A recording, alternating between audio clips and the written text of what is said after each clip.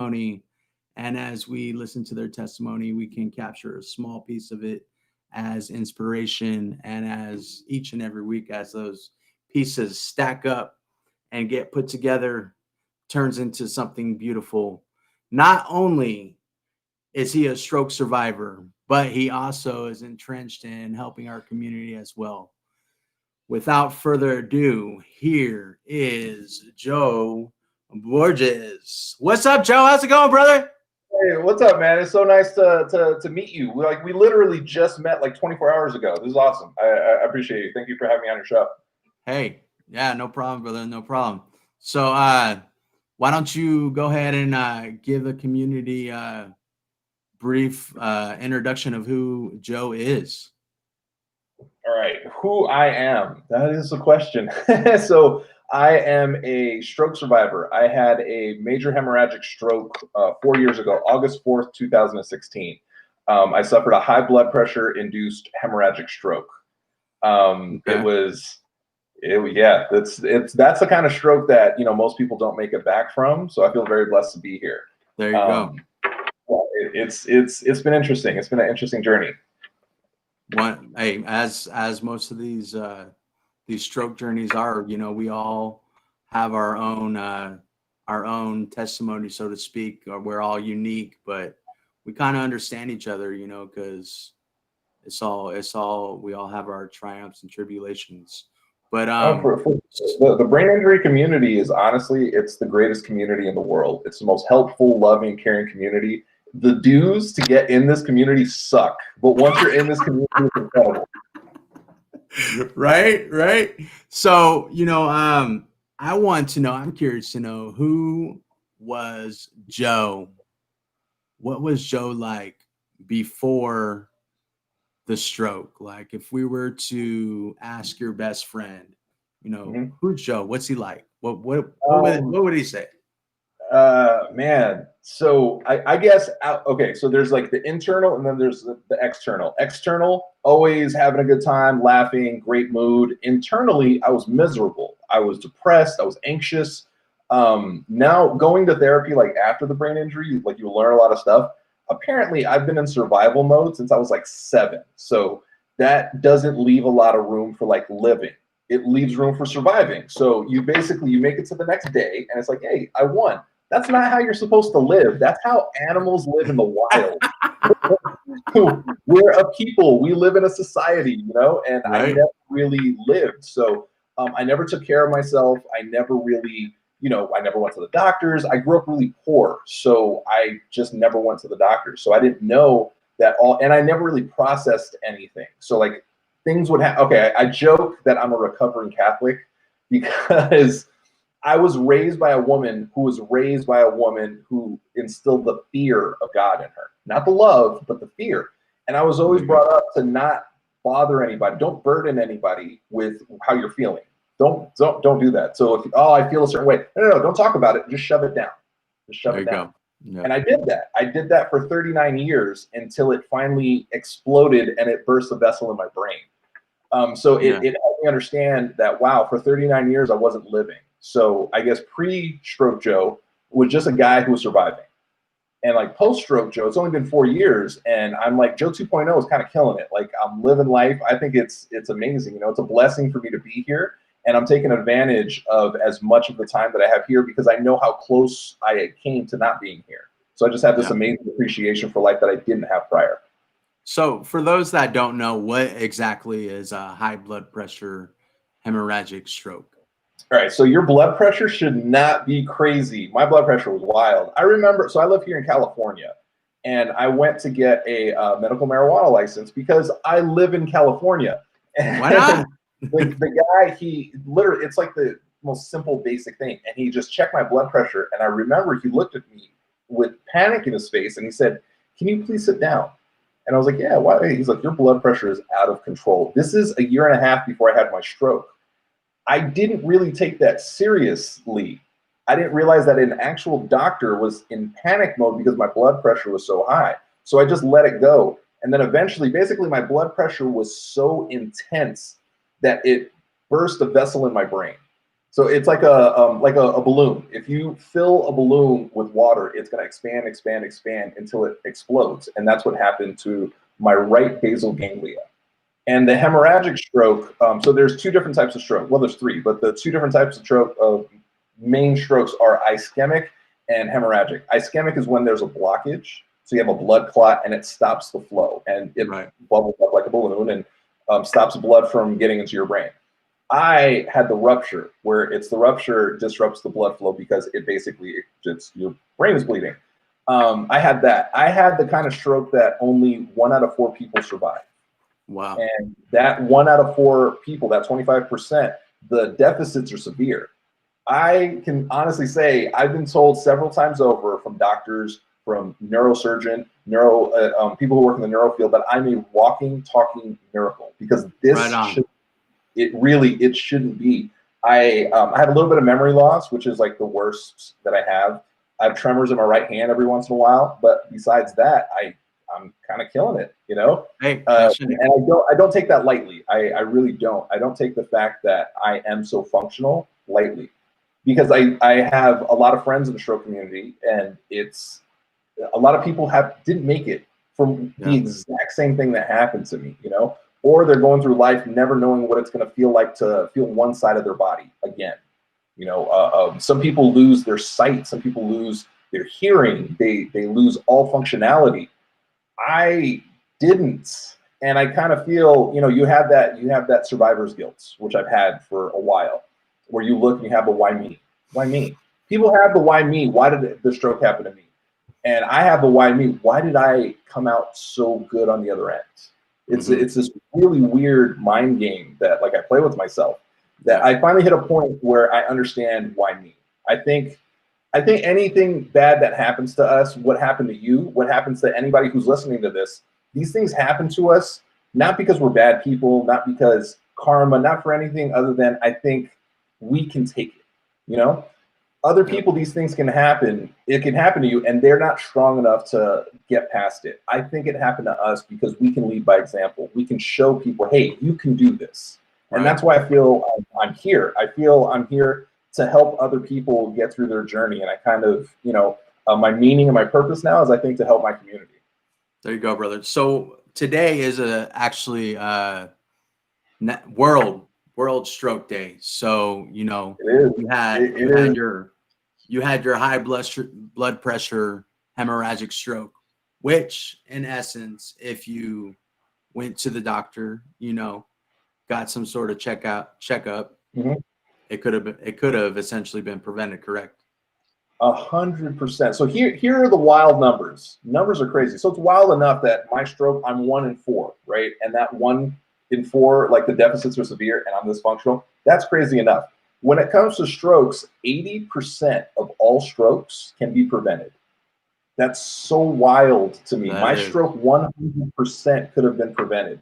All I had to do is go to the doctor. That's all I had to do. Go to the doctor. I had to eat better. I had to process some stuff, you know, take care of myself physically and mentally, and I would not have had my stroke, you know. But yeah, 80% of all strokes can be prevented. And here's what's really wild too. I was 39 when I had my stroke. That's a young stroke survivor, because when I honestly didn't know what a stroke was until I had a stroke. That's what's really crazy. There's not a lot of education for strokes. I would think, it's a heart attack. It's not a heart attack. Basically, it's a heart attack for your brain. And it happens to a lot of older people, but 10% of all strokes happen to people that are under 50 years old. Wow. You know, that's a pretty large percentage for something that only happens to old people. So yeah, World Stroke Day is today, and it's a day to bring awareness to stroke, to let people know what a stroke is, to let people know how to prevent stroke and take action if they think they're having a stroke. So there's like the acronym, there's FAST, which is your face. You look at your face. If your face is starting to droop, because that's what happens when you have a stroke sometimes, go to the hospital. Then you check your arm. Normally it's your left side. Your left arm will go numb and it'll go limp. If you're having issues with your pins and needles, if you're having numbness, go to the hospital. Go to the hospital. Your speech, you'll start to slur your words because you're starting to numb. If you're starting to slur your words, you don't feel right, go to the hospital. Time. You have time. Immediately go to the hospital. Basically, go to the hospital if you don't feel right. Right.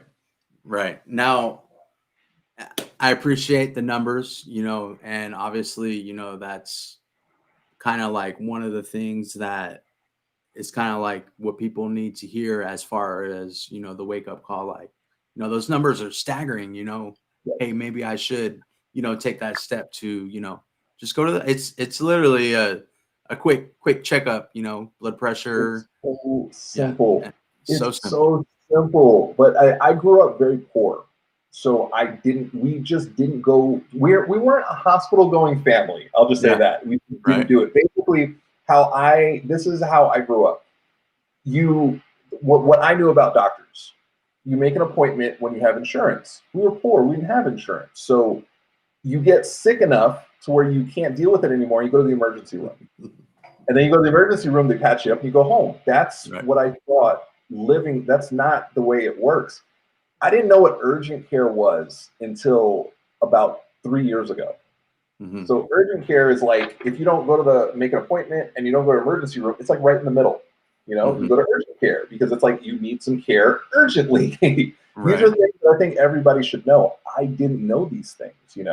And I think we all need to take care of our health. It's so important because just like that, we cannot be here. Exactly. Out of the blue, I had a stroke. It came out of nowhere. It didn't come out of nowhere. I had migraines. I had all the telltale signs. But once it hit, and it was totally preventable. All I had to do is basically be an adult, stop being willfully ignorant, and go to the doctor. Listen to the doctor. Trust and do everything I can to keep myself here. Eat healthy, think healthy, work out, exercise, do all these things, which I didn't do. And I implore everybody, just go check in with your doctor. You don't have to do it every day. Every couple of months. Hey, am I doing all right? Cool. Then move on with your life. There you go. Yeah, I mean, one of a good friends of mine, one of his things that he says is, stroke is not sexy. Yes. It's not something you want to bring upon yourself. And like you Right. said, 80% of people can, prevent themselves from having one. It's And so, that's why so today is, wild. and as we are discussed, it's World Stroke Day, and it's to Mm-hmm. bring awareness, and imperative to go get Yeah, that, it just a is. So little people checkup. know it's not just old people. It's not just old people. To be honest, I actually, and this is, it's going to sound a little weird. And I've spoken to several people in our community, and they're like, yeah, I thought the same thing. I honestly thought it was an older Caucasian thing. And I say that because if you look at all of the paperwork, if you look at all of the pamphlets, if you look at all the information when you look up stroke, it's old Caucasian people with white hair. That you Mm-hmm. look up stroke, and that's what that is. Not once you don't see very many ethnic people. You don't see very many people who look like me. I'm Puerto Rican. I'm light skinned Puerto Rican. I'm Puerto Rican. And it's weird because even some of my friends, when I was in the hospital, when my girlfriend, she was telling me, yeah, Joe had a stroke, their first reaction is, how old is he? Because it doesn't seem to, people don't understand it can happen to anyone. And I don't mean to be a fear monger. Some people, like, oh my God, now I'm afraid to. I'm not telling people to live life in fear, but look at anyone. Go to a department store. Go to the supermarket. Go anywhere. Any person you're looking at can have a stroke. Anyone. There's not one person on earth who's exempt from stroke. It knows. Stroke can come for anybody, any age, any ethnic background, anybody. I know pediatric stroke survivors. Yep. I know a few stroke survivors who had a stroke before they were born. They had a stroke in utero. In the wound, yeah. Crazy, That's right? mind blowing. I didn't even know that was a thing, but it's a thing. It could literally happen to anyone. Now, I'm not saying that so people are in fear. No, I don't live your life in fear. That's another thing. You don't want to raise your blood pressure by being in fear or upset. Just check yourself. Look, you just want to make sure that you're in a good place. So don't just assume you're doing well. Go to a doctor. They're a professional. They went to school. It's their job. Let them tell you you're doing okay. Yep, 100%. Now, let's go to the day that you had your stroke. What were you doing? What was happening? What were you doing? So my girlfriend is a musician. She's an amazing singer. She's actually part of the Kanye West Sunday Service Choir. She is, she's singer. So I love watching her perform. And she had a random, just a little show at a local bar, and those are my favorite because I just get to hang out at the bar, listen to my girlfriend sing, interact with people. It was great. Leading into it, I had the migraine of all migraines. And I suffered migraines my entire adult life. I just assumed it was my turn because migraines run in my family. Turns out it's probably not that. I think it's unchecked high blood pressure that runs in my family. So I just had this awful, awful, awful migraine. I couldn't really function, but I don't go to the hospital. I don't go to the doctor. So I just kind of dealt with it. I drove us there, which is wild. I drove us to the venue, and it was from the parking lot walking to the venue where I felt a pop. And it's so funny, a legit, like a little pop. I felt that in my head, and I remember it was like a shock. And for a split second, I felt better. The pressure had relieved, and I was like, oh, I felt like I could breathe. Oh man, it felt amazing. And then about 30 seconds later, every muscle fiber in my body turned to jelly.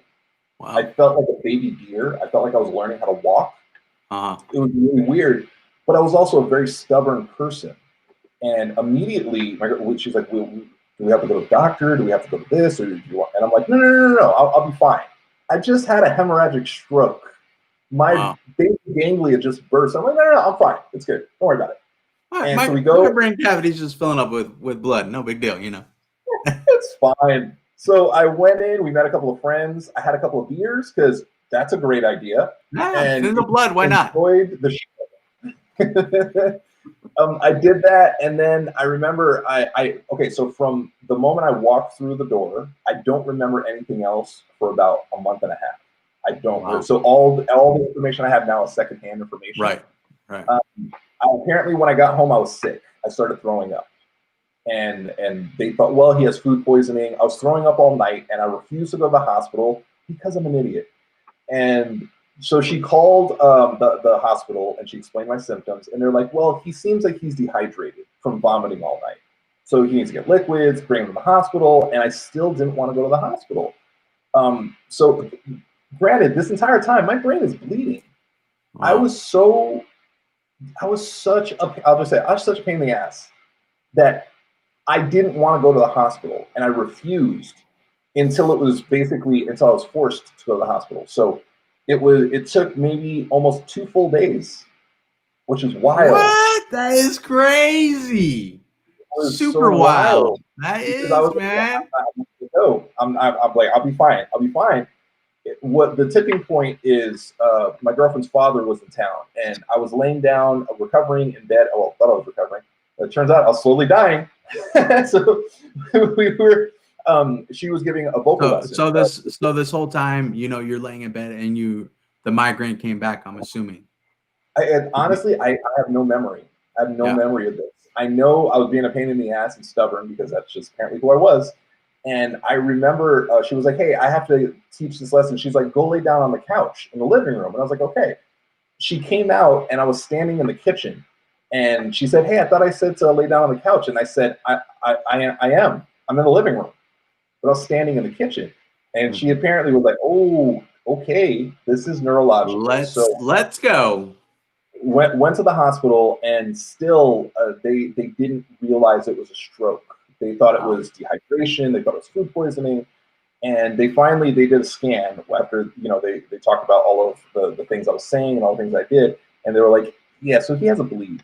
And they didn't really explain that a bleed in the brain is a stroke. So they just thought my brain was bleeding. They didn't understand stroke. So then when they heard stroke, she was like, oh, wait, get a what? So then I was in the hospital, I think, for about just over a month. And that I have, it's like patches that I have of, when I was in there, being frail, not being able to walk, I had a giant hole in my head because my brain was bleeding, which put a lot of pressure on my brain. So they had to put a shunt in to drain the blood. So I'd be a little bit more functional, which was interesting. I had a little tiny Harry Potter scar. There you go. But yeah, I was in the hospital for a month. I had left side neglect for I think about 2 weeks, where I didn't acknowledge. This is what's fascinating about the brain. I didn't acknowledge that I had a left side. So even like they would ask me to draw a picture, draw a clock, and I would literally draw half of a clock. That's And crazy. they would point and they would say, well, what about the other half? And and it didn't process. I was like, I don't understand what you're saying. That's a clock. It's a full clock, but it was only half. I was That's like crazy. a person. I was half of a person.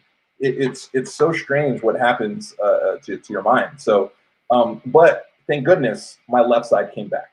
It came back within 2 weeks, and I have full functionality on my left side. I have tremors in my right hand every once in a while that like make it a little bit difficult to write. But aside of that, you know, I'm kind of killing it. I was telling you earlier, I'm a walking, talking miracle, because this should not be with the type of stroke that I had. Right, right. So now you said that you were in the hospital. You had the shunt put in, and you said how long you were in the hospital. How long did you say you were in the hospital for? I was in the hospital for a month, and then I was in. Once I got out of the hospital, I was in physical rehab for 3 months, and then occupational therapy for about 2 years. Oh wow, wow. Yeah, because my biggest deficit was memory. Like my short-term memory was the worst. I was like Dory. So you would tell me something, and immediately it would be gone. What are we doing right now? Exactly. I think I should be Dory for Halloween. So right. I did that, and I had the most rock star occupational therapist. You know, she helped me tremendously. I wouldn't be here as functional today if it wasn't for her. You know, so yeah, it was interesting. It really was. It was nothing. You know how they say, you know, people say it was so bad I wouldn't wish it on my worst enemy. It was so bad I would absolutely wish it on my worst enemy. I mean, they're your worst enemy. Wouldn't you want to wish awful things on them? but I made it through. So and I had, once I got home, I had a new appreciation of life. You know, I never ever wanted to go back. So I've done everything in my power to never go back. I've fundamentally changed everything about my life, the way that I eat, the way that I think, the way that I process, honestly, the way that I function, because I'm not going back. I'm absolutely not going back. My stroke was preventable, and I will not have a second one. And I can't. And I hope everybody, see, what's crazy is I remember I was talking to a friend of mine, a documentary filmmaker, and one of the questions he asked me after I talked about this amazing new perspective I have and how much I love life and how much I have just such a new appreciation for it. And he said, why do you think it took almost dying for you to gain that appreciation? And to be honest, I don't know. I really don't know, but I truly hope that everybody out there doesn't wait for that moment. Start living now. Figure it out now before something awful happens. Like, even if you're mad, even if you're miserable, even if you're sad, all of these things are just tiny moments in time. They really are. It's time to like really enjoy life and live, because it's amazing, all the stuff that I'm like, why was I stressed out about that? Why did I care about what this person said? Oh my God, what? And it's funny because I'll see other people following the same patterns that I did. And I'm like, why? I can't process. It doesn't resonate with me anymore. I'm just like, I just don't get it. You know, I don't understand it. I did it for years. I just don't understand why. And I hope nobody does that anymore. Like, I hope you just choose to live. Focus on the positive. Live your life. I'm a big fan of circle of control. Everything in the circle, what's that? So everything in the circle, you can control, right? I can't control the weather, but if it's raining, I can control putting on, you know, a hood, an umbrella. So I can't focus. There's water falling from the sky. Why is there what? Like, I can't. I had plans today. Dang it! What the heck? No big deal, right? Now, is that helping anything? Is it stopping the rain? It's not stopping anything. What it is, it's wasting your mental bandwidth. And after a brain injury, you know this, we don't have as much mental bandwidth as we once did. So why waste it on things that you can't control? So, and even with you, right? So like we're homies now, right? If you do something that's really awful to me, I can't control the things that you do. I can only control how I react to the things that you're doing. So I once I started living my life that way, oh my God, things have been so much better. Right. Because if people are angry and bitter and mean, to be honest, it has nothing to do with you. It's a reflection of them. Let them be angry, bitter, and mean. You just live your beautiful life, you know, and that's what I've done. And it's night and day from where I was, and I'm so happy that I'm here living that way now.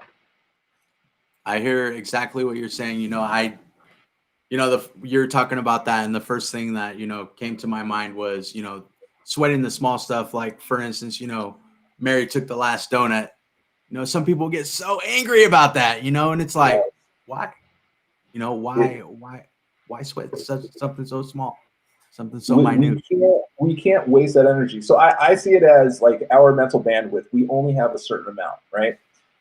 If we're wasting it on people that are bitter and angry and don't really care too much, like if I'm arguing and back and forth, I'm dwindling down, right? I'm wasting I don't have a lot left. So then the people that actually care about me, that people that need my help, that need my conversation, that need my connection, I don't have enough energy for them because I wasted it on somebody who doesn't matter, right? Yeah. So I won't ever do that.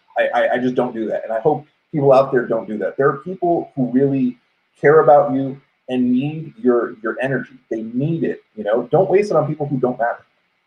There you go. I love it. I love it. Now, I forgot where I was going to go with the next one, to be honest. Man, if I only knew how that was. It's right. I think they call it like stroke brain or something like that. It's so weird. Like short-term memory loss is the worst, because what's funny is I know. So here's what's crazy. I don't know if you get this. Normies, I call people without brain injuries normies. Normies, they always try to connect and understand exactly what we go through in the community. And I'm like, you can't. So when I'll say something like, "Oh man, I'm really, I have like the stroke, post-stroke fatigue. I have the neuro fatigue.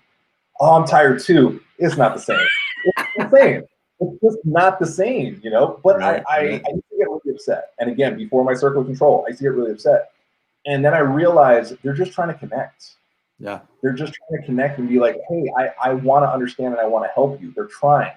They don't know how to, so they're like, "Oh, well, I worked a double shift and then I had to pick up the kids and then I had to work out and like, oh, I'm exhausted." I'm like, yeah, that feeling you have, I get that after waking up and making myself a cup of coffee. Yeah. It's not the same. Yeah, it's not. And it's kind of like something that, in essence, we kind of want to experience again. You know what I mean? Because, what we went through, like I want to be tired like that, but right. Yeah. Exactly. Like I would trade my neuro fatigue for the most exhausted, regular normie out there. I would do that in a second, because like what they don't understand is the neuro fatigue. You can't you don't function right. You're not processing. Like when I'm having a conversation and I'm really fatigued, I won't be able to hear you. Like I understand that there's words coming my way. I just don't know what those words are saying, and I'm like, it's in English. It doesn't seem like it's an angry conversation, but I can't retain that information because I'm so fatigued, and people just, unless you've been through it, you don't understand it, Exactly. And the same thing with the memory loss. I forget things all the time too. I'm like, it's not the same. It's not the same. It's really not. And it's funny because I know the difference between, I just forgot where I put my keys, and there's a missing memory. When if it's a situation where it's like, I don't remember that, I'm like, I'll kind of have like a vague memory of a situation or a person, like an outline almost, where I'm like, it'll come back. When it's something that I've lost because of the brain injury, there's nothing. It's nothing. Have you ever seen the movie The Never-Ending Story? Yeah. The enemy in that movie was the nothing. That's what it is to me. I have the nothing that it's eaten up some of my old memories. So sometimes it's like, oh wow, that memory's gone. I see a picture. I'm talking to a person that knows me, but I don't know them. Oh, the nothing got it. You don't understand that unless you've been through it. You don't understand. Exactly. Now, I remember now that you were talking. It comes back sometimes faster than others. So I was able to remember now. So you had your stroke and whatnot. You said you had your girlfriend, your family. Now, what was their, like, how did they deal with it? How did they process it? this was really weird. So my family, I don't have a very big family. I joke all the time. I have like a family reunion in a closet because it's just my mom, my little sister, and myself. That's it. That's like the whole family. My family isn't equipped to handle this. They just weren't. The way we were brought up, the way they weren't ready for it. They just were not, they couldn't handle it. And that's okay. I don't blame them. I wish they would have done things differently. And even now, I wish they would do things differently. They just don't. My girlfriend, on the other hand, I would not be here without her. She has been just such a rock star. Like she has been everything, and she's helped me through she's taught me how to like be a person again, like it's because it's right now I'm Joe 2.0. She's taught me how to be Joe 2.0, which has been amazing to me, my family though. So here's what's crazy when it comes to my stroke. I had a high blood pressure induced stroke. So I have to keep my stress levels down. My family stresses me out. I had to make the most adult decision of my life, and it pained me, and it still pains me. I had to remove myself from my family, and it sucks, and it really hurts. I remember I had a conversation, and this is a really impactful moment in my recovery, where I told my mom, I was like, hey, I can't be around this kind of negativity. I just can't. It's not good for me. And for 39 years, I was negative. For 39, you know how like Samson gained strength with hair? My family gained strength from negativity. If something goes wrong, they're like, yeah, it's really weird. So now I can't be around people who are like that because it's like muscle memory. If I'm around somebody who's really negative and they're like, yeah, things never work out, in the back of my head, I'm like, yeah, things never work out. And it's like, it's exciting. It sucks. So I have to remove myself. So I explained to my mother, I can't be around this negativity. I was like, I talked to you. I've been out of the hospital 3 months. And the first 10 minutes of every conversation, you're complaining about everything. And you're not even asking me how I'm doing. You know what I mean? And I was like, I can't do that. So I told her, I was like, look, I can't be around this type of negative. I just can't do it. With the hopes that she would say, hey, we're going to work on it. But instead, she said, I understand if you can't talk to me or your sister anymore, which was just heartbreaking. Because instead of just shifting a little bit and just not being as negative, she just couldn't do it. So it was a part in my recovery where I could have immediately just said, you know what? Okay, I'll deal with it. It's not healthy. It's not healthy. I wouldn't be dealing with it. I'd be doing the same things that gave me the stroke. I would just be shoving it down, and I don't want to do that. So it was a hard decision, but I removed myself. I distanced myself from my sister. I haven't talked to her like in passing, but we haven't like spoken like brother or sister in well over, I think, almost 2 years now. And my mother, I used to talk to her almost all the time. I'll talk to her maybe once every other week, just check in, make sure she's in a good place, but that's it. Because this is how I describe us brain injury survivors. We were caterpillars, right? That's what we were. We've evolved. We had what happened to us, and we are now beautiful butterflies. We're flying through the sky, and it's amazing. My family, they're still caterpillars. They're content crawling around in the dirt. I can't go back to crawling around in the dirt. I'm too busy flying high and living this life. So that's where I'm at right now, and I have the hope, though, they will eventually evolve, that they will go from caterpillars to butterflies. But until then, I'm flying high. I love it. I love it.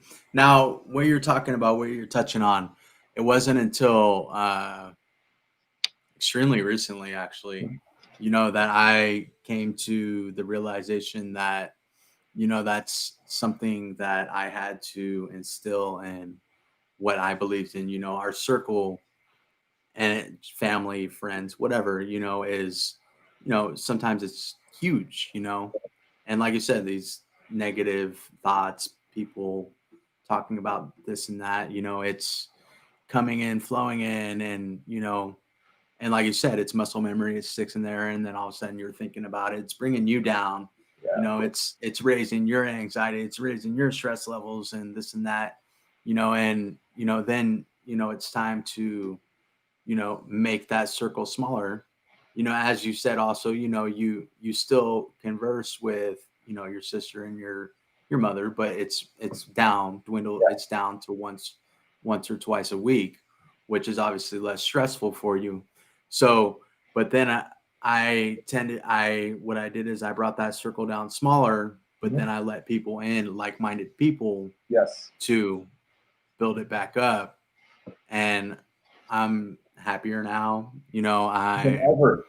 yeah, exactly, and, it's just, yeah, it just completely changed my mindset, my mood, my everything, and yeah, that's just what I did, It's funny that the people once you change, once you decide, hey, I want to be better, I want to do better. Once you do that and you actually legitimately go out of your and you make that change, once you do that, it's amazing how many people that you surround yourself with are like-minded. Yep. Before, I was bitter, I was angry, I was miserable, I was depressed, I was anxious. Everybody around me, bitter, angry, depressed, anxious. It's amazing. Now that I've shifted, all of those people, they're like, wait, whoa, whoa, wait, I don't want to talk about how beautiful life is. I want to talk about how terrible life is. I want to talk about how what's fascinating to me are people like, do you know what this company did to me? I'm like, this company doesn't know you exist. They made a change in their structure and it affected you, but they did not do something to you. It's a weird mindset, as opposed to, hey, this company changed this thing. I got to figure out something else. Like you shift, you pivot, and you go in a different direction. It's just amazing how you change that, and then the people you now surround yourself with are like, yeah, life is good. What's funny is, so pre-stroke, Joe 1.0. There's a saying, the glass is half full and the glass is half empty. So I was the glass is half empty, and the other half is full of poison. So that's kind of how I grew up, right? Now I'm like, no, man, things are good. Things are good. The glass is half full, and then there's another glass over there if you're thirsty. Like, there's so many opportunities out there, and it's such a big, beautiful world that I will never take for granted because I came so close to not being here. And I really hope people out there do the same thing. Don't wait. Do it now, There you go. Now, let's go ahead and see what's going on over here in the chat bar. So we got a few people in here today. Hey, Lynette. Yeah, family sucks. And now I don't mean that in a bad way. Family can suck, and it's harder when you say, like, you can't deal with them. You shouldn't have to. And sometimes, I don't know if this is going to make any impact at all. I hope it does. I'm giving you permission. Because sometimes you need somebody else to say, yeah, it's okay to do that. You don't have to deal. You're an adult. Wait, I think you're an adult. I hope you're an adult. Yeah. Look, you're an adult. You don't have to deal with people that you don't want to. That's the perk of being an adult. If somebody is saying, hey, I don't like you, and they're going to be, okay, well, that's terrible. Time to turn around, walk away. You don't have to hang out with them. You don't have to be around an abusive relationship, friendship, familyship, whatever it is. You can literally turn around and walk away, and that's what I hope you do. It's wild, and I know it's difficult because it's family, but it's more impactful because it's family. Just because family is family does not give them the right to abuse you. It doesn't. Now, as a brain injury survivor, one thing that I have learned over the last few years is to put up boundaries. That's what I did with my family. Hey, I can't deal with the negativity. I can't do that. If you're going to be negative, I can't talk to you. They are continuously being negative, so you can't break down my boundaries. I put it up. You try to bull through it. Now I have to remove myself. So that's what I've done. And when people break through your boundaries, it's basically them saying, hey, why aren't you allowing me to treat you terribly? You know what I mean? If you think about it like that, it's rude. It's terrible. Why would you want to continue conversing with these people? So right. I hear 63. Hey, young lady. Oh, wine tasting. Oh, I'm not a big fan of wine. I'm just not. And I know it's not a very popular opinion. Right. Okay, I'm gonna say this, and I'll probably get a lot of hate. I don't care. It's how I feel. It's my opinion. It's mine. All wine tastes exactly the same. It does. It does. It tastes like rotten grape juice. It does. I truly believe. When people are like, there's hints of pear and oak. No, it's not. It tastes like wine. All of it tastes the same. I might have a bit of a gutter palate. Family is no. So hey, Lynn, good. You should think positive. That's there you what go. you're doing. There you go, Lynn. If your family wants to be negative, I feel bad. I feel bad for them. You know, you don't have to join them. You don't. Like, look, I feel bad for people. Like back in the day, my friends used to drive drunk. It's the dumbest thing in the world. I didn't have to get in the car with them. They're doing dangerous things that are going to end up hurting themselves and other people. So I'm not going to get in with them. Your family being negative, they're doing something dangerous for them and for you. You don't have to be involved in that. You could just say, okay, cool, go do that. I'm going to be over here and be positive. I'm going to be safe. I'm going to be happy. You know, that's what I hope you do. Let's Talk Stroke. Amazing market. Oh, thank you. Let's Talk Stroke. Is that your given name? That's Jerry Wald. He hosts another stroke show. Jerry, what's up, buddy? How you doing? I was married when I had an aneurysm, first strokes. I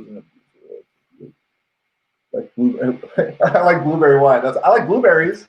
Yeah, and it sucks that you were in an abusive relationship. That's awful. But you know what? We all grow.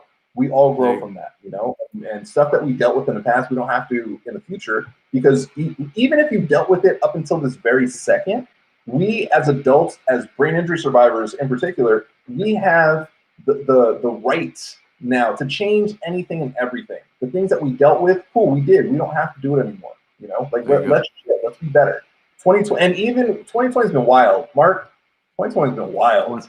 It's crazy. I think it's one that we're ready to close the chapter on.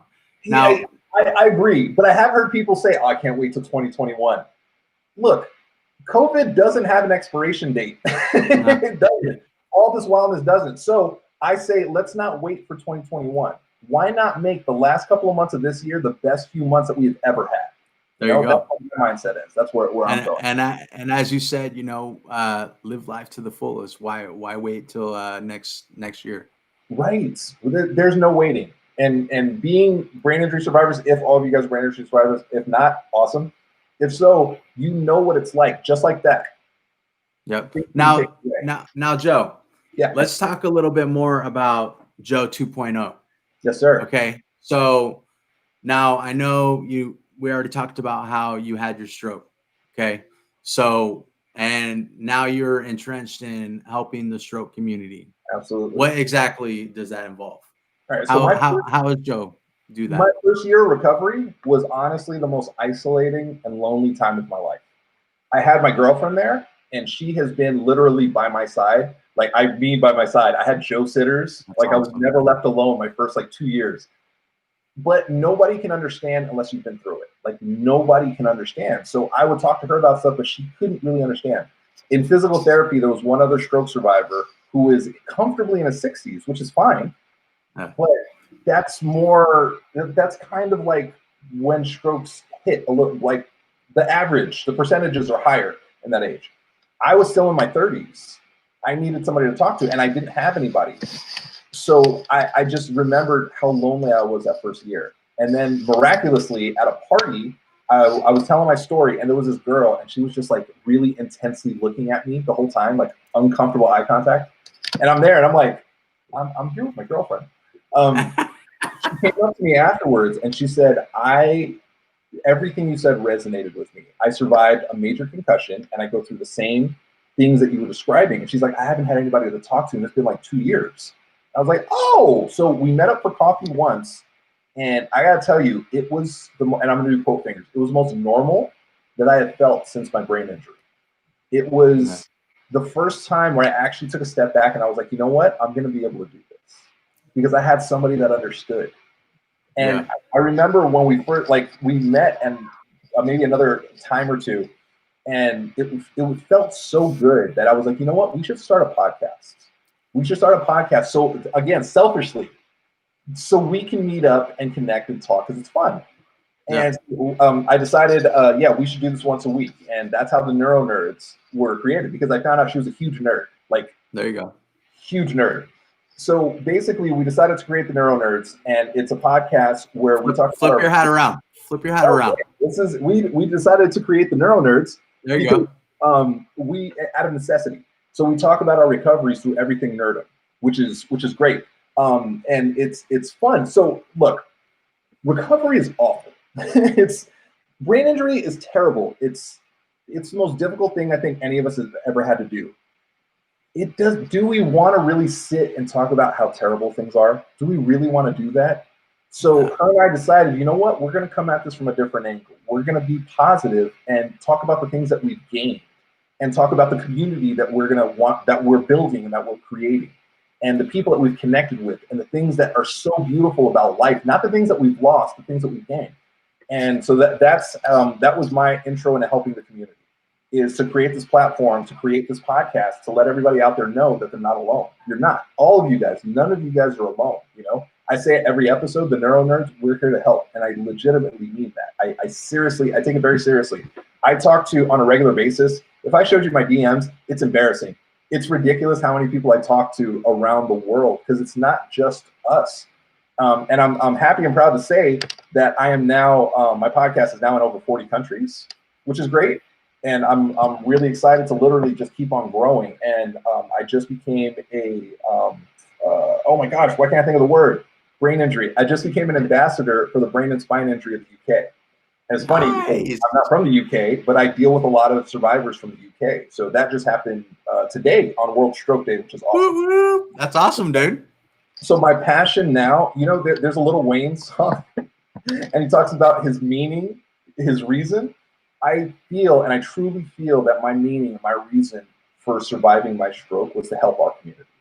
And I take that very seriously. I will do anything and everything in my power to help our community. And that's the passion that I have every single day. And that's what I want to do with the rest of my life, honestly. So that you're coming to the realization that that was your path in life, was your meeting with the young lady that had the concussion. That was when Lauren. You realized. I met Lauren, and it just made everything just fell into place. It was like, you know, you meet somebody and you're like, wow, I feel like I've known you my entire life. She was that person. She has been aside of my girlfriend, she has been the most important part of my recovery. She has been everything to me. She's been such a great support system, and I would be lost without that tiny little nerd. There you go.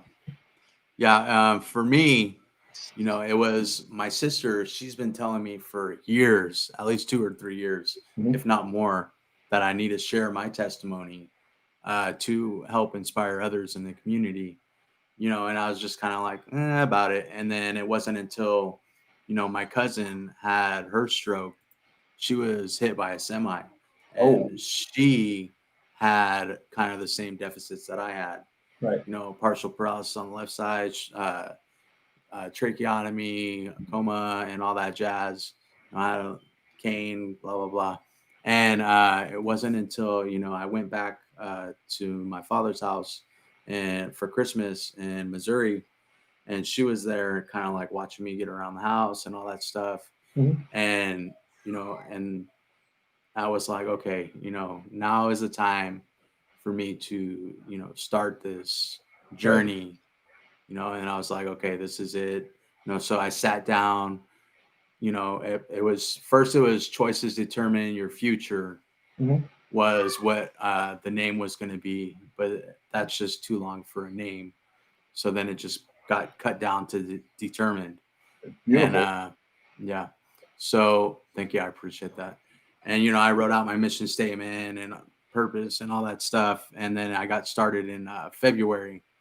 And yeah, so that, you know, that's how it boiled down for me, you know. And it's just a matter of, you know, finding, like you said, finding your purpose and getting that one spark to jumpstart it. For sure. And unfortunately, it took almost dying to gain that spark. I hope, you know, I really hope that it doesn't take that for other people. I really hope that they just figure it out. But it's so important what you're doing. It's so important to share. It's so important to get it out there, because you never know who you're reaching. You just never know. So what's funny is I was part of the antisocial network before my stroke. I just didn't really care too much. Again, depressed, anxious. Once I went in and I did my first, I think it was my first 2 episodes of the podcast. And then I started my blog where I feature, you know, other survivor stories, sharing, you know, what happened to them. And it was my way of giving back to the community, giving people a platform, and also letting other people know, like, hey, you're not alone. Other people go through this, right? as soon as I did that, the wave of people that came back, it was tremendous. Now I say that, it wasn't like hundreds of thousands. I had a brain injury. It was fresh. And I would have 10, 15 people reaching out to me saying, oh, hey, and trying to connect. And it was too much. So literally after my second episode, I think I'm on episode 140 something now. But wow. My second episode, I was like, I can't do this anymore. I legitimately, it's too much. It's just too much. And I remember the day I decided to stop the Neuro Nerds and to stop my blog, that day I checked my DM and this woman hit me up and she said, I wanted to say thank you. She said, my husband, who's the same age as me, he had just turned 40. She said, my husband had a decimating stroke. And she said, listening to your podcasts, watching your stories, reading your blog has given us hope. And I started ugly crying. Not that I'm a tracker guy, I was ugly crying. Yeah. And I realized in that moment that it's not just about me, that it's much bigger than me. You know, there are people who depend on our stories. There are people who depend on us sharing and giving people information and giving them a platform, almost giving them permission to say, hey, number one, you're not alone, but also you can do this. Yep. You can do this. This person did it. That person did it. This person is struggling to do it, but they're still fighting. Like we have to, it's a responsibility that I feel we all have just to get it out there, to share our stories constantly, because it's much bigger than you and I. It really is. 100%. I agree 100%. Now, let's go ahead and give a shout out to all the people that have decided to join us. There's some that did not comment, but Lynette Price, she hosts Lynette's Journey. Helen Kermandas, I butchered her last name. I'm so sorry, Helen. It's better than what I would have said. Right, but she was on my show as well. Lynette, Lynn. I'm gonna try it. Lynn, thank you for coming on. Let's Talk Stroke. Jerry Wald, he hosts his own show. Yeah, hey, any of you guys, I'm a big fan of connecting. I'm a connector. I connected people literally from here to Singapore to Macedonia. So weird. Because I think we all need to have people who understand, you know, and I always try to find somebody like in your area, or at least, well, now we should be meeting up in person in the middle of the pandemic.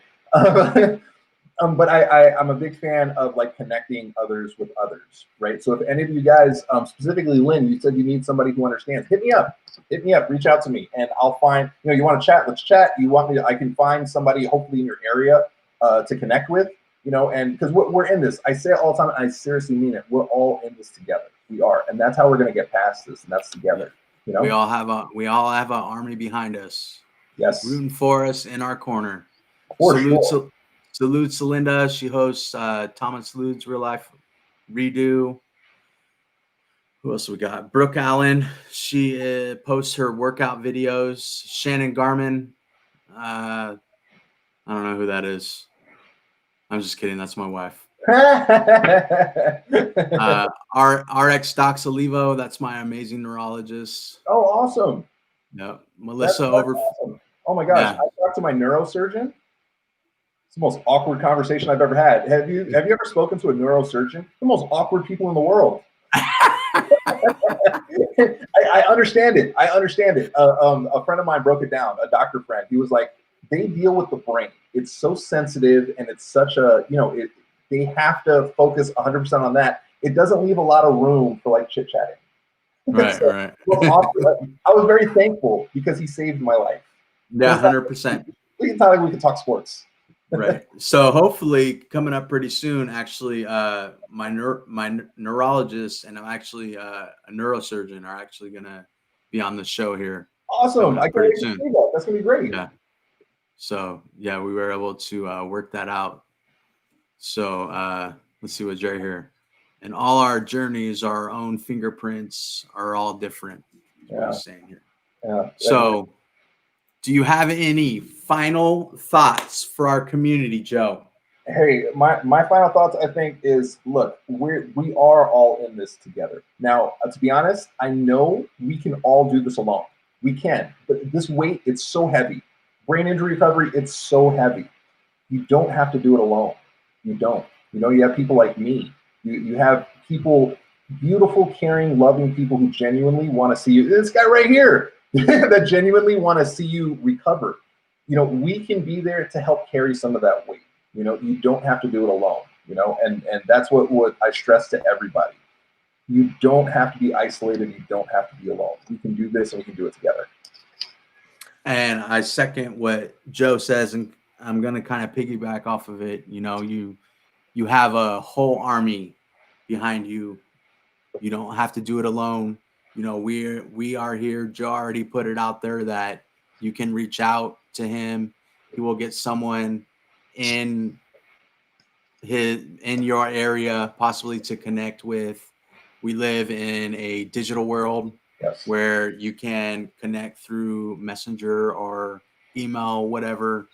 And, we can chat back and forth. And, sometimes just a conversation to get whatever off your chest, it helps a lot. It really does. It does. Reach out to me at JosoRocks on Instagram, on Facebook. Check out josorocks.com. That's my blog if you guys want to read other stories about survivors. Some amazing stories, everything from children recovering from stroke to my friend Brees who had a 2% chance of living, people with locked-in syndrome. It's fascinating because there's so many stories out there, And then also, for sure, check out the Neuro Nerds. So go to neuronerds.com. Check us out everywhere. We're here to support. We care about the community so much, and we want to be a beacon of light and hope for everybody. There you go. Love it. I will put all the links to your show, brother, and all the things that you do within the description on the video that's going to go up on YouTube. Awesome. Now, yep. I end all my shows with the prayer, so let's go ahead and do it, brother. All right. Dear Heavenly Father, thank you so much for putting another individual in my path that we can share his journey and inspiration to bring more hope and within other people's lives in our community. And I ask that you can continue to share other people's testimonies to continue to spread that hope and determination that they too can achieve and unlock those goals that they have set for them. In Jesus' name we pray, amen. Oh, beautiful. I don't usually do this, but last thing, it is World Stroke Day. Go out there. All it is a little checkup. Get checked out. Definitely. 80% of all strokes to be prevented. Don't be part of that 80%. Don't be like Joe. Be better.